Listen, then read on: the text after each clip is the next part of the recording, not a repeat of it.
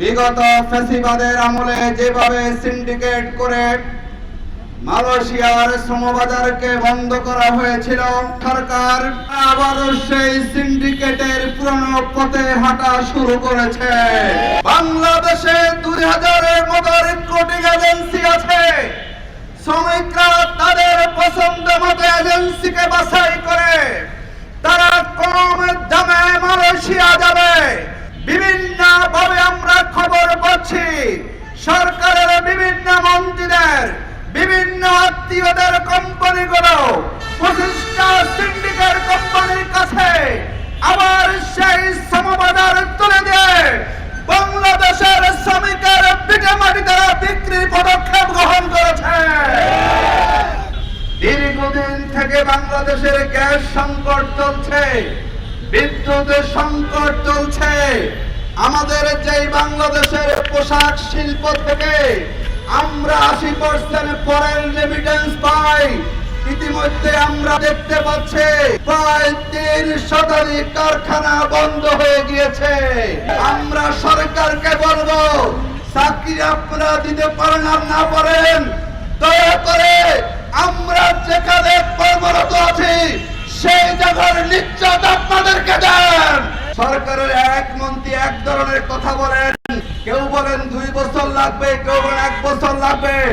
আমরা প্রশ্ন করতে চাই, যদি 2 বছরে বাংলাদেশের গ্যাস এবং বিদ্যুতের সংকটের সমাধান করতে আপনারা সময় নেন, এই 2 বছরে বাংলাদেশের শিল্প কারখানা থাকবে না। আমাদের পাশের দেশ ভারতে, সেখানে আমাদের পোশাক শিল্পের অর্ডার যাচ্ছে।